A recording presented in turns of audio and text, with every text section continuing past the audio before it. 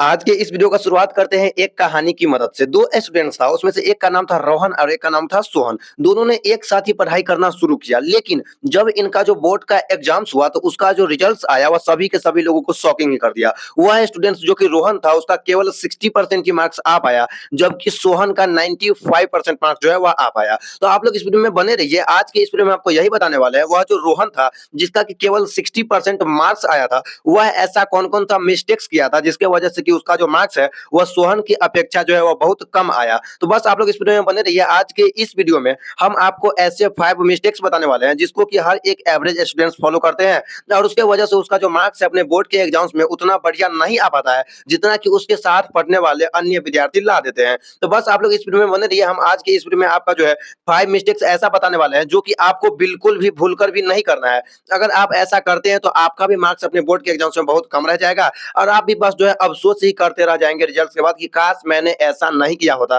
तो बस ऐसा फीलिंग जो है आपके अंदर नहीं रहेगा अगर आप लोग इस वीडियो को पूरा देख लेते हैं। तो चलिए आज की इस वीडियो को शुरुआत करते हैं। जो कि आपका सबसे पहला नंबर जो मिस्टेक है, जो कि एक एवरेज स्टूडेंट्स जो है अपने बोर्ड का तैयारी करने के दौरान करते हैं, तो वह जो पहला नंबर मिस्टेक्स है, वह है बैड माइंडसेट। देखिए होता क्या है, जब स्टूडेंट्स जो है वह 9th से 10th में जाते हैं, तो उसका जो है माइंडसेट जो होता है वो बहुत खराब होता है। जैसे मान के चलिए कोई एक स्टूडेंट्स का जो है 9th में केवल 60% मार्क्स आया, तो उसके अंदर जो ऐसा माइंडसेट आ जाता है कि हमारा तो 9th में जो है वह 60% के मार्क्स आया है, हमसे जो है वह 10th कैसे होगा जब 9th ही हमसे बढ़िया से समझ में नहीं आया, 9th में केवल 60% आया, तो ऐसा जो है 10th में कैसा हमारा बढ़िया मार्क्स आ जाएगा। ऐसा माइंडसेट उसके अंदर में चलता रहता है कि हमने तो अपना सारा 9th का जितना भी 1 साल था, हमने तो पूरा का पूरा खराब कर दिया, तो हमारा जो यह 10th का है जो कि उससे जो होता है वह डिफिकल्ट होता है, इसका हम तैयारी कैसे कर पाएँगे जब हमारा 9th में बढ़िया मार्क्स नहीं आ पाया है तो। अगर आपके भी मन में ऐसा माइंडसेट है तो इस माइंडसेट को आप बिल्कुल निकाल दीजिए, क्योंकि ऐसा जो है बहुत बार ऐसा एग्जांपल्स हम आपको दे सकते हैं जिसमें कि विद्यार्थी का 9th में केवल 50% ही मार्क्स था, 60% ही मार्क्स था,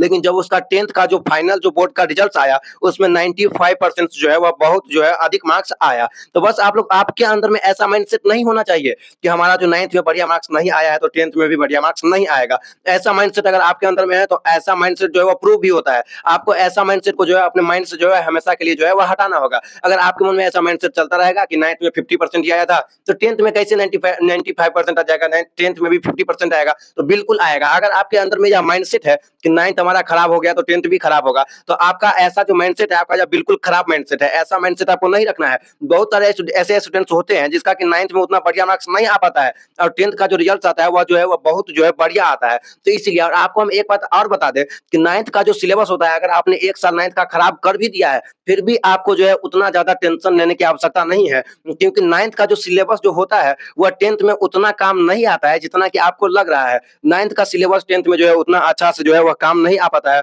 10th का जो सिलेबस है वह 9th से बिल्कुल अलग है। तो यह सोच के आपको डिप्रेशन में नहीं जाना है कि 9th हमने पूरा खराब कर दिया तो हमारा 10th भी खराब हो जाएगा। ऐसा माइंडसेट आपको नहीं रखना है। तो सबसे पहला नंबर जो इसका जो मिस्टेक्स था वह था बैड माइंडसेट। यह आपको नहीं करना है। इसके बाद जो सेकंड नंबर मिस्टेक्स है वह है स्मार्ट स्टडी नहीं करना। तो अभी हम लोग आपको यह बताने वाले हैं स्मार्ट स्टडी करने से मतलब क्या हुआ कि हमें कितने घंटा पढ़ना चाहिए, हमें जो है टाइम टेबल किस तरीके से बनाना चाहिए। तो देखिए सबसे पहले हम लोग जो है बारी-बारी से बातें कर लेते हैं। जैसे मैं आपका कि सब्जेक्ट वाइज स्ट्रेटजी हमारा क्या होना चाहिए। तो यही हम लोग जो है आपको बताने वाले हैं कि आपको स्मार्ट स्टडी किस तरीके से करना है। वह जो टॉपर्स और वह जो एवरेज होता है ना, उसमें यही अंतर रहता है। वह जो टॉपर्स होता है वह स्मार्ट स्टडी किया रहता है और वह जो एवरेज स्टूडेंट्स होता है वह स्मार्ट स्टडी नहीं करता है। तो स्मार्ट स्टडी में जो आपका पहला नंबर जो पॉइंट है वह है आपका कि हमें कितने घंटे पढ़ना चाहिए ताकि हम भी जो है एक टॉपर्स बन पाए। जो है यह मैटर नहीं करता है कि आपको जो है टॉपर्स बनने के लिए जो है कितना घंटा पढ़ना चाहिए, बल्कि मैटर तो यह करता है देखिए आपको क्या करना होगा। आपको पर डे जो है अपना आपका जो है गोल और टारगेट्स बनाना होगा कि मान के चलिए आज आप क्या करने वाले हैं, या आपको उसके एक रात पहले ही डिसाइड कर लेना है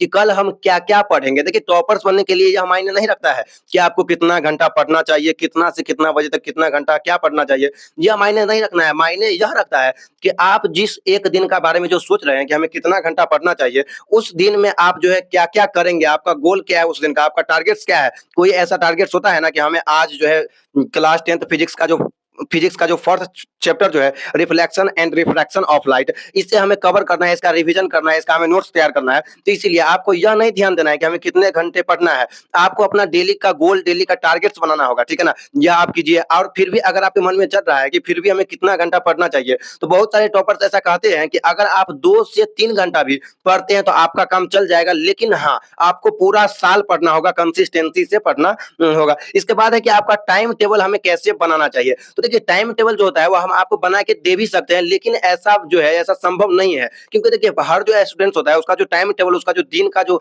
कब क्या करते हैं, उसका जो तरीका होता है वह जो होता है वह अलग-अलग होता है। तो टाइम टेबल जो है वो पर विद्यार्थी का जो हर जो स्टूडेंट्स होता है उसका अलग-अलग होता है। लेकिन फिर भी अगर आपका मन है टाइम टेबल बनाने का तो आप बना सकते हैं, लेकिन आपका मन अगर नहीं, आपका अगर आपको टाइम टेबल बनाना नहीं आता है तो हम आपसे यही बोलेंगे कि आप टाइम टेबल बनाए ही नहीं। आपको क्या करना है, आपको हम अभी ही बोले हैं कि आपको अपना गोल या अपना टारगेट्स लेके जो है वो पढ़ाई करना है कि आज हम क्या-क्या करने वाले हैं। तो यह जो है आपको करना है, और यह करने से जो है एक और फायदा होता है कि जब आप अपना कोई गोल या टारगेट्स बनाते हैं और जब उसको आप अचीव कर लेते हैं तो आपको जो है अंदर से जो है एक हैप्पी सा जो है वो फीलिंग आने लगता है, अंदर से जो है अपने आप पे जो है वो प्राउड फील होने लगता है। तो इसलिए आपको टाइम टेबल भी नहीं बनाना है और ना ही यह देखना है कि हमें कितने घंटे पढ़ना है, ठीक है ना? आपको बल्कि यह ध्यान देना है कि आप एक दिन में आपका जो है गोल या टारगेट्स क्या है, आप उस दिन क्या-क्या करने वाले हैं। स्मार्ट स्टडी का जो थर्ड नंबर पॉइंट है वो है आपका सब्जेक्ट वाइज स्ट्रेटजी। देखिए आपका अपना सब्जेक्ट वाइज स्ट्रेटजी पता होना चाहिए। सब्जेक्ट वाइज स्ट्रेटजी कहने का मतलब यह हुआ कि आपको अपना वीक और स्ट्रांग टॉपिक जो है वह पता करना होगा